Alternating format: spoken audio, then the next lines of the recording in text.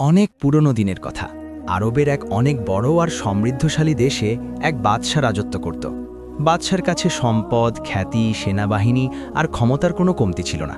কিন্তু এসব সত্ত্বেও বাদশার মন অস্থির থাকত। তার মনে প্রায়ই এমন কিছু প্রশ্ন আসত যার উত্তর সে তার দরবারের বড় বড় জ্ঞানী উজির আর আলেমদের কাছেও পেত না। একদিন বাদশা পুরো রাজ্যে এক অদ্ভুত ঘোষণা করে দিল। শহরের ঠিক মাঝখানে রাজকীয় দরবার সাজানো হলো। হাজার হাজার মানুষের ভিড় জমে গেল। প্রত্যেক মানুষের চেহারায় ভয় আর দুশ্চিন্তা ছিল যে আসলে বাদশা আজ কি বলতে চলেছে।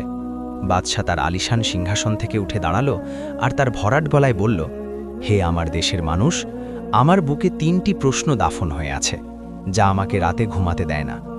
আজ আমি ঘোষণা করছি যে যে কেউ আমার এই 3টি প্রশ্নের সঠিক উত্তর দেবে, আমি তাকে আমার অর্ধেক রাজত্ব পুরস্কার হিসেবে দেব এবং সে আমার জায়গায় এই সিংহাসনে বসার যোগ্য হবে।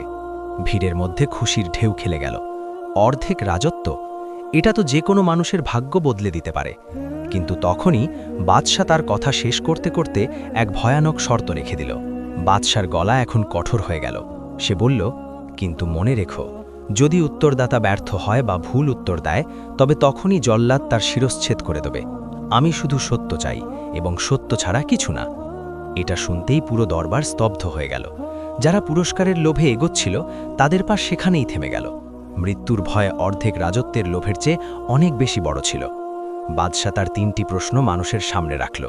প্রথম প্রশ্ন, সেটা কোন জিনিস যা পৃথিবীতে সবচেয়ে বেশি দামি কিন্তু তা কেনা যায় না?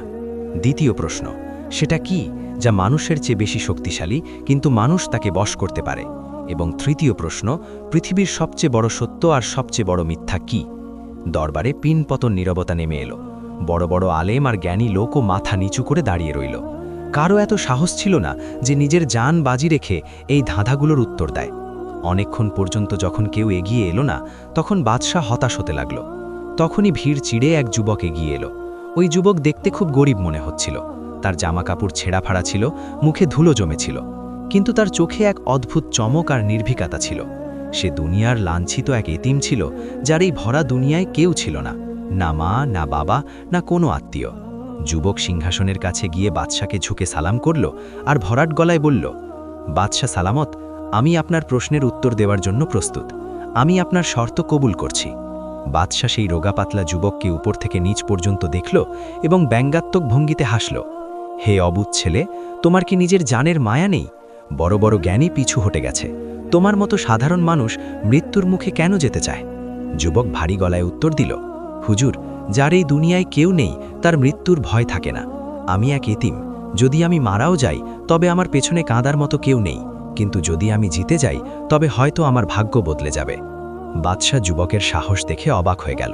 সে বলল, ঠিক আছে, আমরা তোমাকে সুযোগ দিচ্ছি, বলো আমার প্রশ্নের উত্তর। যুবক বলল, বাদশা সালামত, আপনার প্রশ্নগুলো অনেক গভীর, এগুলোর উত্তর আমি এখনও জানি না। আমাকে এগুলোর উত্তর খোঁজার জন্য কিছু সময় চাই। আপনি আমাকে 40 দিনের সময় দিন আর সফরের জন্য এক দ্রুতগামী ঘোড়া আর কিছু সরঞ্জাম দিন। আমি কথা দিচ্ছি 40তম দিনে আমি এই দরবারে আপনার সামনে হাজির হব। উজির যুবককে থামালো এবং বলল, বাদশা সালামত, এই ছেলেটাকে চালাক মনে হচ্ছে, এই ঘোড়া আর জিনিসপত্র নিয়ে পালিয়ে যাবে। যুবক হাসল এবং বলল, উজির সাহেব, পালায় তারা যার কোনো ঘর আছে, আমার তো আকাশী ছাদ আর মাটিই বিছানা, আমি পালিয়ে কোথায় যাব? কথার বরখেলাফ করি না, উত্তর নিয়েই ফিরব। বাদশা কিছুক্ষণ ভাবল, তারপর সে হাতের ইশারায় অনুমতি দিয়ে দিল। ঠিক আছে যুবক, যাও, আমরা তোমাকে 40 দিন দিলাম, কিন্তু মনে রেখো, যদি 40তম দিন সূর্য ডোবার পর্যন্ত তুমি না ফেরো বা উত্তর না আনতে পারো, তবে আমাদের সিপাহী তোমাকে পাতাল থেকেও খুঁজে বের করবে আর তোমার মাথা শরীর থেকে আলাদা করে দেওয়া হবে। যুবক মাথা নিচু করে হুকুম মানল। তাকে এক সেরা আরবি ঘোড়া দেওয়া হলো। সেই যুবক ঘোড়ায় চড়ল এবং পেছনে না তাকিয়ে ধুলো উড়িয়ে শহরের লোকালয় থেকে দূরে সেই প্রশ্নগুলোর উত্তর খুঁজতে অজানা পথে বেরিয়ে পড়ল। তার খবর ছিল না যে এই সফর তাকে কোনো গুপ্তধন পর্যন্ত নয়, বরং এমন এক রহস্য পর্যন্ত নিয়ে যেতে চলেছে যা তার আত্মাকে নাড়িয়ে দেবে। সে জানত না যে মরুভূমির ওই পারে এক বৃদ্ধ দরবেশ আর তার কুকুর তার ভাগ্যের ফয়সালা করার জন্য তার অপেক্ষা করছে। যুবক শাহী ঘোড়া ছুটিয়ে শহর থেকে অনেক দূরে চলে গেল। সে অনেক গ্রাম, বসতি আর জঙ্গল পার করল। সে যেই জ্ঞানী মানুষের সাথে দেখা করত তার সামনে বাদশার ওই 3 প্রশ্ন রাখত। কিন্তু আফসোস, সবাই প্রশ্ন শুনে চুপ হয়ে যেত। কারো কাছে ওই প্রশ্নগুলোর উত্তর ছিল না। দিন দ্রুত কাটছিল, এক এক করে 30 দিন কেটে গেল। এখন ওই যুবকের কাছে মাত্র 10 দিন বাকি ছিল। মৃত্যুর ছায়া তার মাথার উপর ঘুরতে লাগল। তার মনে হতে লাগলো যে সে আবেগের বশে অনেক বড় ভুল করে ফেলেছে। এখন তার মাথা কাটা নিশ্চিত। ঘুরতে ঘুরতে সে এক নির্জন আর তপ্ত মরুভূমিতে গিয়ে পৌঁছালো। সেখানে বহু দূর পর্যন্ত বালি ছাড়া আর কিছু দেখা যাচ্ছিল না। সূর্য আগুন ঝরাচ্ছিল আর যুবক পিপাসায় কাতর ছিল। তখনই সে দূরে এক টিলার কাছে একটা ছোট্ট ভাঙাচোরা কুড়েঘর দেখতে পেল। আশার এক আলো জাগল। সে ঘোড়াকে ওইদিকে ঘুরিয়ে দিল। যখন সে কুড়েঘরের কাছে পৌঁছালো তখন সে এক অদ্ভুত দৃশ্য দেখল। কুড়েঘরের বাইরে এক বৃদ্ধ লোক বসেছিল। তার গায়ে ছেঁড়া কাপড় ছিল, চুল জট পাকানো ছিল আর মুখে ধুলো ছিল। তাকে এক সাধারণ দরবেশ মনে হচ্ছিল। কিন্তু যে বিষয়টি যুবককে চমকে দিল তা হলো ওই বৃদ্ধ এক মাটির পাত্রে খাবার খাচ্ছিল এবং ওই একই পাত্রে তার সাথে এক কুকুরও মুখ দিয়ে খাবার খাচ্ছিল। এটা দেখে যুবকের পা থেমে গেল। তার মুখে ঘৃণা আর বিতৃষ্ণার ভাব চলে এলো। সে মনে মনে ভাবল, হে খোদা, এ কেমন মানুষ? এর তো পাক আর নাপাকের জ্ঞানও নেই। যে লোক এক জানোয়ার এক কুকুরের সাথে একই পাত্রে খাবার খাচ্ছে, সে আর আমার কঠিন প্রশ্নের উত্তর কি দেবে? এ তো কোনো পাগল মনে হচ্ছে। যুবক ভাবল, এখানে সময় নষ্ট করার চেয়ে এগিয়ে যাওয়াই ভালো। সে ঘুরতেই যাচ্ছিল যে হঠাৎ ওই বৃদ্ধ মাথা না তুলেই সেখানে বসে বসে ভারী গলায় ডাকল, এসো যুবক, এত দূর থেকে এসেছো তো দেখা না করে ফিরে যাচ্ছ কেন? যুবক হতভম্ব হয়ে গেল। সে ভাবল, এই বাবা তো আমার দিকে তাকায়ও নি। এ কিভাবে জানল যে আমি এখানে আছি? এক মুহূর্তের জন্য সে ভয় পেয়ে গেল, কিন্তু তারপর সাহস করে ঘোড়া থেকে নামল আর কুড়েঘরের দিকে এগোলো। সে কাছে গিয়ে সালাম দিল, আসসালামু আলাইকুম বাবা। বৃদ্ধ হাসতে হাসতে মাথা তুলল। তার চোখে এক অদ্ভুত চমক ছিল। সে বলল, ওয়ালাইকুম আসসালাম। এসো বাবা, সফরের ক্লান্তি দূর করে নাও, আমাদের সাথে খাবার খেয়ে নাও। যুবকের নজর আবার ওই পাত্রের দিকে গেল, যেখানে কুকুর এখনও খাবার চাটছিল। তার বমি আসতে লাগল। সে অজুহাত দেখিয়ে বলল, না বাবা, ধন্যবাদ, আমার খিদে নেই, আমি তো শুধু পানির খোঁজে ছিলাম। দরবেশ তার ঘৃণা আঁচ করতে পারল, কিন্তু সে কিছু বলল না, শুধু হাসল আর বলল, আচ্ছা, তোমার ইচ্ছা, বলো কোন সমস্যা তোমাকে এই নির্জনে এনে দাঁড় করিয়েছে? তোমার মুখে মৃত্যুর ভয় পরিষ্কার দেখা যাচ্ছে। যুবক দীর্ঘশ্বাস নিল এবং দরবেশের পাশে মাটিতে বসে পড়ল। সে বাদশার শর্ত, ওই 3 প্রশ্ন আর নিজের অসহায়ত্বের পুরো গল্প ওই বৃদ্ধকে শোনাল। সে বলল, বাবা, আমি এক এতিম, আমার কাছে হারানোর মতো কিছু ছিল না, তাই জানের বাজি লাগিয়েছিলাম। কিন্তু এখন মনে হচ্ছে আমি হেরে গেছি। আমার কাছে সময় খুব কম আর কোনো উত্তর পেলাম না। দরবেশ পুরো কথা শুনল এবং জোরে হেসে ফেলল, ব্যাস, এতটুকুই ব্যাপার? আরে বোকা, আমি ভাবলাম হয়তো আকাশ ভেঙে পড়েছে। তুমি এই সামান্য প্রশ্নগুলোর জন্য নিজের জান হারাতে যাচ্ছিলে। যুবকের রাগ হয়ে গেল। সে ভাবল, আমার জানের ওপর এসে পড়েছে আর এই পাগল ফকিরের কাছে এটা তামাশা মনে হচ্ছে। সে রেগে বলল, বাবা, এই প্রশ্নগুলো সাধারণ নয়, বড় বড় জ্ঞানী এগুলোর উত্তর দিতে পারেনি। দরবেশের মুখ হঠাৎ গম্ভীর হয়ে গেল। সে যুবকের চোখের দিকে তাকিয়ে বলল, বাবা, মনে রেখো, দুনিয়ায় সব কিছুর একটা দাম আছে। ফ্রিতে শুধু মায়ের ভালোবাসা পাওয়া যায়। যদি তুমি দাম দিতে প্রস্তুত হও, তবে তুমি তোমার প্রশ্নের উত্তর পেয়ে যাবে। যুবকের বুক ধক করে উঠল। কি এই ফকিরের কাছে সত্যিই উত্তর আছে? সে সাথে সাথে বলল, দাম? কেমন দাম বাবা? আমার কাছে সম্পদ তো নেই, কিন্তু যদি আমি বাদশার কাছ থেকে জিতে যাই, তবে আমি যে পুরস্কার পাবো, আমি তার মধ্য থেকে আপনাকে অনেক সোনার মুদ্রা দেব। আপনি শুধু আমাকে উত্তর বলে দিন। দরবেশ আবার হাসল, এক রহস্যময় হাসি। সে বলল, তাড়াহুড়ো করো না যুবক, মানুষ সবর করে না, তাই হোঁচট খায়।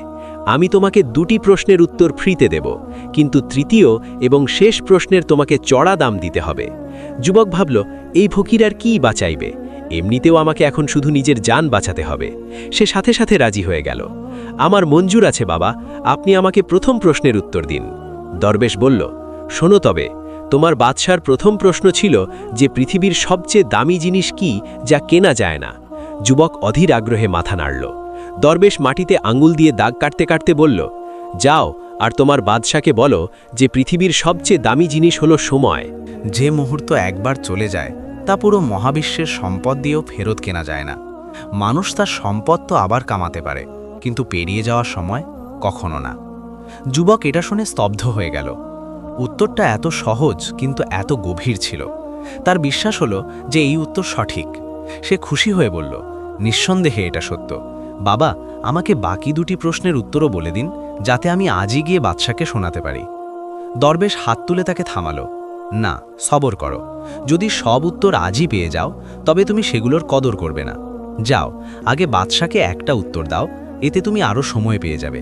তারপর ঠিক 5 দিন পর আমার কাছে এসো, তুমি দ্বিতীয় প্রশ্নের উত্তর পেয়ে যাবে। যুবক একটু দ্বিধা করল, কিন্তু তার কাছে কোনো উপায় ছিল না। সে বুঝে গেল যে এই ফকির কোনো সাধারণ মানুষ নয়। সে দরবেশকে ধন্যবাদ জানালো, ঘোড়ায় চড়ল এবং ফিরে শহরের দিকে ছুটল। সে জানত না যে পরের উত্তর পাওয়ার জন্য তাকে কোন পরীক্ষার মধ্যে দিয়ে যেতে হবে। যুবক তার ঘোড়াকে ছোটালো আর বাতাসের সাথে কথা বলতে বলতে শাহী মহলে পৌঁছে গেল। দরবার সাজানো ছিল, বাদশাহ আর সমস্ত উজির অধীর আগ্রহে ওই ছেলের অপেক্ষা করছিল। কারোর বিশ্বাস ছিল না যে সে ফিরে আসবে। সবার মনে হচ্ছিল যে সে ভয়ে পালিয়ে গেছে। যেই যুবক দরবারে ঢুকল, চারদিকে নিস্তব্ধতা নেমে এলো। সে সোজা সিংহাসনের সামনে গেল এবং সম্মানের সাথে ঝুঁকে সালাম করল। বাদশাহ তাকে ভালো করে দেখল আর জিজ্ঞেস করল, এসেছো যুবক?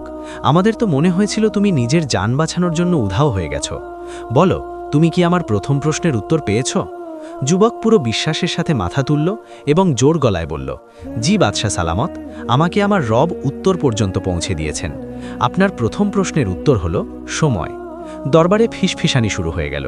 যুবক তার কথা চালিয়ে বলল, হুজুর, সময়ই সেই একমাত্র জিনিস যা পৃথিবীতে সবচেয়ে বেশি দামি। যদি আপনি আপনার পুরো রাজত্ব, আপনার সব খনিও বিলিয়ে দেন, তবুও আপনি পেরিয়ে যাওয়া এক মুহূর্ত ফেরত কিনতে পারবেন না। সম্পদ আসা যাওয়ার জিনিস, কিন্তু সময় শুধু যায়, কখনো ফিরে আসে না। বাদশার চোখে চমক এলো। এই উত্তরটা এতই সত্য ছিল যে কেউ এটাকে মিথ্যা বলতে পারল না। বাদশা খুশি হয়ে বলল, সাব্বাস যুবক, তুমি একদম ঠিক বলেছ। আমরা তোমার উত্তরে সন্তুষ্ট হলাম, কিন্তু এখনও 2টি প্রশ্ন বাকি আছে। আর মনে রেখো, শর্ত এখনও শেষ হয়নি। যুবক হাত জোর করে বলল, হুজুর, আমাকে বাকি প্রশ্নের উত্তরের জন্য সময় দিন। আমি কথা দিচ্ছি, সময় শেষ হওয়ার আগে আমি বাকি উত্তরও নিয়ে আসব। বাদশাহ অনুমতি দিয়ে দিল। যুবক মহল থেকে বের হলো এবং স্বস্তির নিঃশ্বাস ফেলল। তার জান আপাতত বেঁচে গেল। ঠিক 5 দিন পর যুবক আবার সেই মরুভূমিতে, সেই কুড়ে ঘরের কাছে পৌঁছালো। দরবেশ সেখানে বসে বালিতে কিছু দাগ কাটছিল। যুবক ঘোড়া থেকে নেমে সালাম করল, বাবা, আপনার উত্তর সঠিক হয়েছে। বাদশাহ খুব খুশি হয়েছেন। এখন আমাকে দ্বিতীয় প্রশ্নের উত্তর বলে দিন। দরবেশ মাথা তুলল এবং হাসল, খুশি হলাম যে তুমি ফিরে এসেছ। শোনো তবে দ্বিতীয় প্রশ্নের উত্তর। যুবক সাথে সাথে দরবেশের কাছে বসে পড়ল, পুরো মনোযোগের সাথে। দরবেশ বলল, তোমার বাদশার দ্বিতীয় প্রশ্ন ছিল সেটা কি যা মানুষের চেয়ে বেশি শক্তিশালী, কিন্তু মানুষ তাকে বশ করতে পারে? যুবক মাথা নাড়ল, জি বাবা, এটাই প্রশ্ন ছিল। দরবেশ তার চোখের দিকে তাকিয়ে বলল, বাবা, ওই জিনিসটা হলো নফস, মানুষের ইচ্ছা। মানুষের নফস যে কোনো বন্য পশু বা শত্রুর চেয়ে বেশি শক্তিশালী হয়।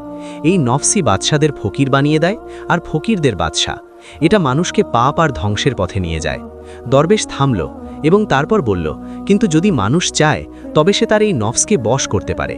যে নিজের নফসকে বশ করে নেয় সে সিকান্দার, আর যে নফসের বশে চলে যায় সে গোলাম। যুবক এই উত্তর শুনে খুশিতে লাফিয়ে উঠল, বাহ বাবা, কি দারুণ উত্তর! বাদশাহ এটা শুনে অবাক হয়ে যাবে। সে সাথে সাথে বলল, বাবা, আমার কাছে এখন সময় খুব কম। আপনি আমাকে তৃতীয় আর শেষ উত্তরটাও এখনই বলে দিন, যাতে আমার কাজ শেষ হয়। দরবেশের চেহারা একদম কঠোর হয়ে গেল। সে যুবকের হাত ধরে ফেলল আর বলল, না, এত তাড়াতাড়ি না। আমি বলেছিলাম না সব কিছুর একটা দাম আছে? 2 উত্তর ফ্রি ছিল, কিন্তু তৃতীয় উত্তরের দাম তোমাকে মেটাতে হবে। যুবক নিশ্চিন্তে বলল, আরে বাবা, আপনি দামের চিন্তা করবেন না। আপনি যা চাইবেন আমি দেব, সোনা, রূপা, জমি। বাদশাহ আমাকে অর্ধেক রাজত্ব দিতে চলেছেন, আপনি শুধু হুকুম করুন। দরবেশ এক গভীর আর রহস্যময় হাসি হাসল, বাবা, আমার তোমার সোনা রূপা চাই না, আমার দাম অন্য কিছু। আর সেটা তুমি তখন জানতে পারবে যখন তুমি শেষবার আমার কাছে আসবে। যুবকের কপালে ভাঁজ পড়ল। তার মনে হলো, এই বুড়ো পাগল, সোনা রূপা ছাড়া আর কি দাম হতে পারে? সে ভাবল, যাগ্গে, যা চাইবে দিয়ে দেব, এখন তো আমার যাওয়া উচিত। দরবেশ তাকে যাওয়ার ইশারা করল আর বলল, যাও যুবক, বাদশাকে দ্বিতীয় উত্তর দাও। আর মনে রেখো, এখন আমার কাছে তখন আসবে যখন তোমার সময় শেষ হতে মাত্র 1 দিন বাকি থাকবে, না তার আগে না তার পরে। যদি তুমি সঠিক সময়ে আসো তবে তুমি শেষ উত্তর পাবে, নইলে খালি হাতে ফিরতে হবে। যুবক দরবেশের কথা মানল এবং সেখান থেকে রওনা হলো। সে সারা পথ ভাবতে থাকল যে আসলে এই ফকির তৃতীয় উত্তরের বদলে কি চাইতে চলেছে, কিন্তু তার নিজের উপর বিশ্বাস ছিল। তার মনে হলো যে সম্পদ দিয়ে সব কিছু কেনা যায়। তার খবর ছিল না যে যেই দাম দরবেশ চাইতে চলেছে তা তাকে জ্যান্ত মেরে ফেলবে। যুবক মহলে পৌঁছাল এবং সে ভরা দরবারে বাদশাকে দ্বিতীয় প্রশ্নের উত্তর দিল। সে বলল, বাদশা সালামত, ওই শক্তিশালী জিনিস নফস, মানুষের ইচ্ছা। যে মানুষ তার নফসকে বশ করে নেয় সে দুনিয়া জয় করে নেয়, আর যে নফসের গোলাম হয়ে যায় সে ধ্বংস হয়ে যায়। বাদশাহ এই উত্তরে অত্যন্ত খুশি হল। সে ঘোষণা করে দিল, যুবক, তুমি জয়ের খুব কাছে। কাল আমাদের শর্তের শেষ দিন। যদি কাল তুমি তৃতীয় প্রশ্নের সঠিক উত্তর দিয়ে দাও তবে কথা দিচ্ছি অর্ধেক রাজত্ব তোমার পায়ে থাকবে। কিন্তু মনে রেখো, যদি কাল সূর্য ডোবা পর্যন্ত তুমি উত্তর না আনতে পারো তবে জল্লাদ তোমার ঘাড় উড়িয়ে দেবে। যুবক মাথা নিচু করল এবং সেখান থেকে বেরিয়ে পড়ল। এখন তার কাছে মাত্র 1 দিন আর 1 রাত বাকি ছিল। তার বুকের ধড়ফড়ানি তীব্র ছিল। তার খুশিও ছিল যে সে রাজত্বের মালিক হতে চলেছে, আর ভয়ও ছিল যে কোথাও ওই দরবেশ তার কথা থেকে সরে না যায়। দৌড়তে দৌড়তে সে সেই মরুভূমিতে পৌঁছাল। সূর্য ডুবতে চলেছিল। যেই সে কুড়ে ঘরের কাছে পৌঁছাল, দরবেশ সেখানেই বসেছিল। তার পাশে ওই কুকুরও শুয়েছিল। যুবক ঘোড়া থেকে লাফ দিল এবং হাঁপাতে হাঁপাতে দরবেশের পায়ে লুটিয়ে পড়ল। বাবা, বাবা, আমাকে বাঁচান। কাল আমার জীবন আর মৃত্যুর ফয়সালা হতে চলেছে। আমাকে শেষ প্রশ্নের উত্তর বলে দিন। পুরো রাজত্ব আমার অপেক্ষা করছে। দরবেশ খুব শান্তভাবে তার দিকে তাকালো এবং হাসল। সে বলল, এসেছো যুবক, আমার মনে আছে। আমি বলেছিলাম যে সব কিছুর একটা দাম আছে।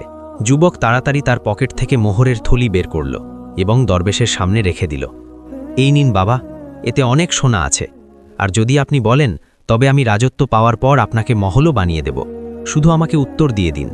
দরবেশ সোনার থলি ছুঁয়েও দেখল না। সে কাছে রাখা একটা মাটির বাটি তুলল এবং তাতে একটা কলসি থেকে একটু দুধ ঢালল। যুবক অবাক হয়ে দেখছিল। দরবেশ ওই দুধের বাটি তার পাশে বসা কুকুরের সামনে রেখে দিল। কুকুরটা ক্ষুধার্ত ছিল। সে জিভ দিয়ে চেটে দুধ খেতে শুরু করল। যুবকের ঘৃণা লাগছিল। সে মুখ ফেরাতেই যাচ্ছিল যে দরবেশের আওয়াজ বেজে উঠল, থামো। যুবক থেমে গেল। যখন কুকুর অর্ধেক দুধ খেয়ে নিল আর তার তৃষ্ণা মেটাল, তখন দরবেশ ওই বাটি, যাতে কুকুরের উচ্ছিষ্ট দুধ বেঁচেছিল, তুলল এবং যুবকের দিকে বাড়িয়ে দিল। যুবকের পায়ের নিচ থেকে মাটি সরে গেল। তার মনে হলো যেন কেউ তার গলা টিপে ধরেছে। সে চিৎকার করে উঠল, বাবা, এটা আপনি কি বলছেন? এটা কুকুরের এঁঠো দুধ। আমি এটা কিভাবে খেতে পারি? আমি একজন মানুষ, আশরাফুল মাখলুকাত, সৃষ্টির সেরা জীব। আমি মরে যাব, কিন্তু এটা খাবো না। তার মনে পড়ল যে সে সবসময় এই ফকিরকে এই কারণেই ঘৃণা করত যে এ কুকুরের সাথে খায়, আর আজ সেই লাঞ্ছনা তার সামনে দাঁড়িয়েছিল। দরবেশের চোখে আগুন জ্বলতে লাগল। সে বলল, তাহলে যাও। যদি তোমার নিজের আমি আর নিজের অহংকার এতই প্রিয় হয় তবে যাও, নিজের জান দিয়ে দাও। কাল যখন জল্লাদ তোমার ঘাড় কাটবে তখন ভেবো যে ওই মৃত্যু ভালো ছিল নাকি এই দুধ। যুবক কাঁপতে লাগল। একদিকে মৃত্যু ছিল যা নিশ্চিত ছিল, আর অন্যদিকে এই এক ঢোক দুধ যা তার অহংকার ভেঙে দিতে চলেছিল। তার চোখ দিয়ে পানি পড়তে লাগল। সে বুঝে গেল যে এখন কোনো রাস্তা নেই। সে কাঁপতে কাঁপতে হাতে ওই বাটি দরবেশের হাত থেকে নিল। তার পুরো শরীর কাঁপছিল। তার ঘৃণা লাগছিল, কিন্তু জীবনের ভিক্ষা চেয়ে সে চোখ বন্ধ করল, বিসমিল্লাহ পড়ল, আর এক নিঃশ্বাসে ওই কুকুরের এঁঠো দুধ নিজের গলায় ঢেলে দিল। দুধ খেতেই সে হাঁটু গেড়ে বালিতে পড়ে গেল এবং জোরে জোরে কাঁদতে লাগল। তার অহংকার, তার দম্ভ সব মাটিতে মিশে গিয়েছিল। সে এখন এক ভেঙে পড়া মানুষ ছিল। সে কাঁদতে কাঁদতে বলল, বাবা, আমি আপনার দাম মিটিয়ে দিয়েছি। আমি আমার সব কিছু হারিয়ে ফেলেছি। এবার তো আমাকে উত্তর দিয়ে দিন। দরবেশ এগিয়ে এসে যুবকের মাথায় হাত রাখল। এখন দরবেশের গলায় কঠোরতা নয়, নম্রতা ছিল। সে বলল, পাগল, তোর কি মনে হলো? আমি তোকে অপমান করতে চেয়েছিলাম? না, আমি তো তোকে মানুষ বানাতে চেয়েছিলাম। তোর ভেতর বাদশা হওয়ার লোভ ছিল, কিন্তু তোর ভেতর বিনয় ছিল না। যে মানুষ নিজের ভেতরের অহংকারকে মারতে পারে না সে কখনো বাদশা হতে পারে না। যুবক ভেজা চোখে উপরে তাকালো। দরবেশ বলল, শোনো, এবার তোমার তৃতীয় প্রশ্নের উত্তর। বাদশা জিজ্ঞেস করেছিল যে দুনিয়ার সবচেয়ে বড় সত্য আর সবচেয়ে বড় মিথ্যা কি? যুবকের শ্বাস আটকে গেল। দরবেশ বলল, যাও আর বাদশাকে বলো যে দুনিয়ার সবচেয়ে বড় সত্য হলো মৃত্যু, যা থেকে কেউ বাঁচতে পারে না, এবং দুনিয়ার সবচেয়ে বড় মিথ্যা হলো জীবন, যাকে আমরা সত্য মনে করে বসে আছি, কিন্তু এটা একদিন ধোঁকা দিয়ে যায়। এই উত্তর শুনতেই যুবকের এমন মনে হলো যেন তার মাথায় বিদ্যুৎ খেলে গেল। মৃত্যু সত্য, জীবন মিথ্যা। সে দরবেশের পা ধরে ফেলল এবং ক্ষমা চাইতে লাগল। বাবা, আমাকে মাফ করে দিন। আমি আপনাকে ভুল বুঝেছিলাম। আপনি আজ আমার চোখ খুলে দিয়েছেন। দরবেশ তাকে তুলল এবং বলল, যাও যুবক, সময় কম, নিজের ওয়াদা পূরণ করো। কিন্তু মনে রেখো, যেই শিক্ষা আজ তুমি শিখেছ তা কখনো ভুলো না। যুবক চোখের পানি মুছল, ঘোড়ায় চড়ল এবং শেষবার দরবেশকে দেখে মহলের দিকে ছুটল। সে উত্তর পেয়ে গিয়েছিল, কিন্তু তার ভেতরে কিছু চিরকালের জন্য বদলে গিয়েছিল। সে এখন আর সেই মানুষ ছিল না যে সম্পদের লোভে ঘর থেকে বেরিয়েছিল। শাহী মহলে পিনপতন নীরবতা ছিল। সূর্য ডুবতে আর মাত্র কয়েক মুহূর্ত বাকি ছিল। দরবার কানায় কানায় পূর্ণ ছিল, কিন্তু কারোর মুখ দিয়ে টু শব্দ বেরোচ্ছিল না। বাদশাহ বারবার আকাশের দিকে তাকাচ্ছিল। উজির আস্তে করে বাদশার কানে বলল, বাদশাহ সালামাত, সময় শেষ হতে চলেছে। মনে হচ্ছে ওই যুবক ভয় পালিয়ে গেছে। আমাদের জল্লাদকে প্রস্তুত থাকার হুকুম দেওয়া উচিত। বাদশাহ হতাশ হয়ে মাথা নাড়ল। তার ওই যুবকের প্রতি আশা ছিল, কিন্তু হয়তো মৃত্যুর ভয় জিতে গেছে। তখনই মহলের প্রধান দরজায় শোরগোল হল। থামো, আমি এসে গেছি। সবার নজর দরজার দিকে ঘুরল। সেই যুবক, যার পোশাকে ধুলো মাখা ছিল, চুল উস্কো খুস্কো ছিল আর চেহারা ফ্যাকাশে ছিল, সে টলমলে পায়ে দরবারে ঢুকল। তাকে ক্লান্ত লাগছিল, কিন্তু তার চোখে এখন আর ওই আগের চমক বা অহংকার ছিল না, বরং এক অদ্ভুত নীরবতা আর গভীরতা ছিল। সে সোজা সিংহাসনের কাছে এলো। বাদশাহ স্বস্তির নিঃশ্বাস ফেলল এবং বলল, এসো যুবক, তুমি তো আমাদের জান গলা এনে দিয়েছিলে। যাক, তুমি সময়ে এসেছ। বলো, তুমি কি আমার তৃতীয় আর শেষ প্রশ্নের উত্তর এনেছ? মনে আছে তো প্রশ্ন, দুনিয়ার সবচেয়ে বড় সত্য আর সবচেয়ে বড় মিথ্যা কি? যুবক এক নজর দরবারের শান শওকত, সোনারূপার দেয়াল আর বাদশার মুকুট দেখল। তারপর সে এক দীর্ঘশ্বাস নিল এবং বলল, জি হুজুর, আমি উত্তর পেয়ে গেছি। সে তার গলা চড়ল এবং বলল, বাদশাহ সালামাত, দুনিয়ার সবচেয়ে বড় আর তিক্ত সত্য হল মৃত্যু। চাই সে কেউ বাদশাহ হোক বা ফকির, ধনী হোক বা গরিব, তাকে একদিন না একদিন মরতেই হবে। এটাকে কেউ এড়াতে পারে না। দরবারে নীরবতা ছিল। যুবক আরও বলল, আর দুনিয়ার সবচেয়ে বড় মিথ্যা হলো এই জীবন। আমরা এটাকে নিজেদের মনে করি, এটাকে সাজাতে পুরো জীবন লাগিয়ে দিই, কিন্তু এটা এক ধোঁকা। এটা যে কোনো সময় সঙ্গ ছেনে দেয়। বাদশাহ তার সিংহাসন থেকে দাঁড়িয়ে গেল। সে হাততালি দিতে দিতে বলল, নিঃসন্দেহে, একদম সত্য। আজ পর্যন্ত কেউ এত সততা আর সরলভাবে আমার প্রশ্নের উত্তর দেয়নি। তুমি আমার আত্মাকে শান্তি দিয়েছ। বাদশাহ তার গলার মুক্তার মালা খুলল এবং ঘোষণা করল, যুবক, তুমি শর্ত জিতে গেছ। যেমনটা আমি কথা দিয়েছিলাম, আজ থেকে অর্ধেক রাজত্ব তোমার। তুমি আমার সমান অংশীদার। পুরো দরবার মুবারক হোক স্লোগানে ফেটে পড়ল। উজির এগিয়ে এলো এবং যুবককে শাহী পোশাক পরাতে লাগল। কিন্তু তখনই এমন কিছু হলো যার আশা কেউ করেনি। যুবক উজিরের হাত ঝটকা মেরে সরিয়ে দিল। সে এক পা পিছিয়ে গেল এবং বাদশার চোখের দিকে তাকিয়ে বলল, ক্ষমা চাইছি বাদশাহ সালামত, কিন্তু আমার আপনার এই রাজত্ব, এই সম্পদ আর এই মর্যাদা চাই না। দরবারে সন্নাটা নেমে গেল। বাদশাহ অবাক হয়ে গেল। কি বলছো? তুমি কি হুঁশে আছো? লোকেরা এই সিংহাসনের জন্য আপনজনের রক্ত ঝরিয়ে দেয়, আর তুমি জেতা রাজত্ব ফিরিয়ে দিচ্ছ? যুবকের চোখে পানি চলে এলো। তার সেই দৃশ্য মনে পড়ে গেল যখন সে কুকুরের এঁটো দুধ খেয়েছিল। সে ধরা গলায় বলল, হুজুর, যখন আমি এই সফরে বেরিয়েছিলাম তখন আমার মনে হতো যে সম্পদই সবকিছু, কিন্তু ওই দরবেশ আমাকে শিখিয়ে দিয়েছে যে যখন মৃত্যুই সবচেয়ে বড় সত্য, তখন এই মিথ্যা জীবনের জন্য আমি এত বোঝা কেন বইব? আজ আমি আমার অহংকার ভেঙে দিয়েছি। এখন আমার এই মুকুটের নয়, শান্তির প্রয়োজন।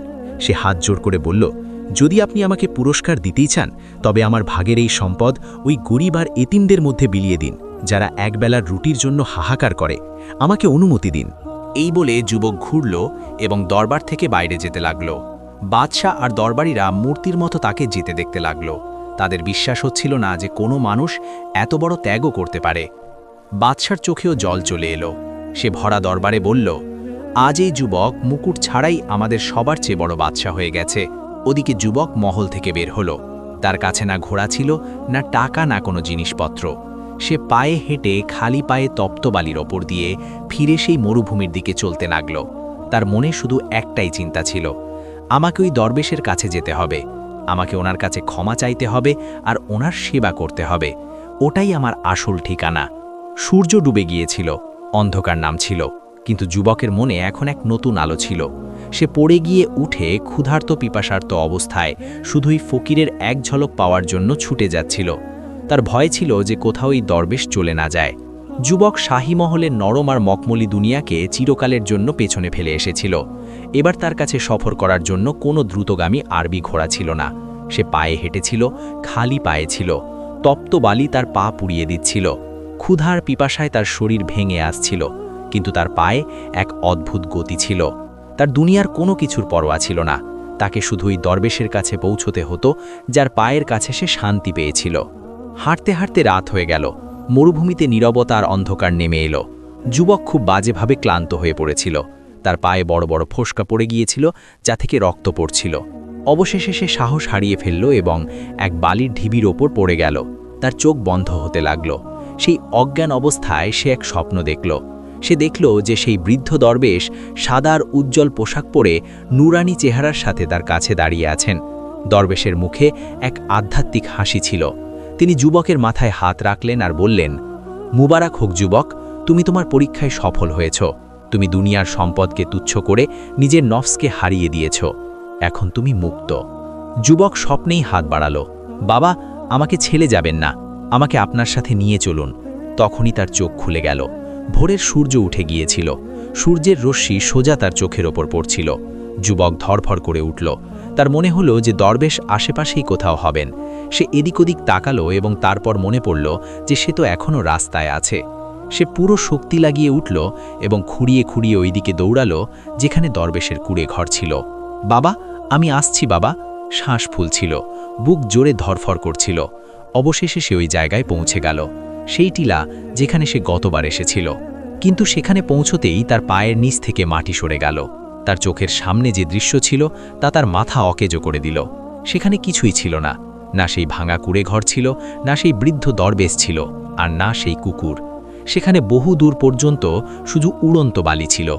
এমন লাগছিল যেন শত বছর ধরে এখানে কেউ বাসই করেনি। কোনো চিহ্ন নেই, কোনো ছাই নেই, সব কিছু উধাও ছিল, যেন ওই সব এক স্বপ্ন ছিল। যুবক পাগলের মতো এদিক ওদিক দৌড়াতে লাগল। সে বালি হাত দিয়ে খুঁড়ল, চিৎকার করল, বাবা, আপনি কোথায়? দেখুন, আমি এসে গেছি।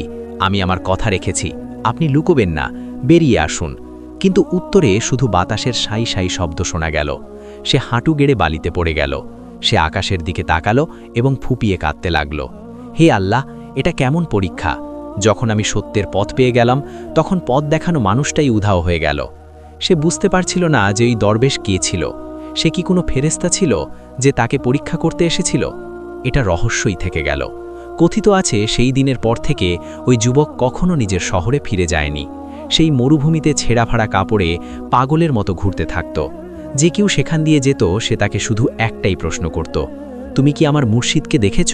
তুমি কি ওই দরবেশকে দেখেছ যার কাছে দুনিয়ার সব প্রশ্নের উত্তর ছিল? লোকেরা তাকে পাগল বলতো, দিওয়ানা বলতো, কিন্তু ওই যুবক নিজেরই ধ্যানে তার ওই অদৃশ্য বন্ধুর খোঁজে পুরো জীবন কাটিয়ে দিল। সে রাজত্ব ছেড়ে দিল, কিন্তু সে ওই সত্য পেয়ে গিয়েছিল যা মৃত্যুর আগে খুব কম মানুষের ভাগ্যে জোটে। আর ওই রহস্য আজ ওই মরুভূমির বালিতে দাফন হয়ে আছে। প্রিয় বন্ধুরা, আপনাদের যদি আমাদের ভিডিও ভালো লেগে থাকে তাহলে কমেন্টে অবশ্যই জানাবেন কোথা থেকে আপনারা আমাদেরকে দেখছেন।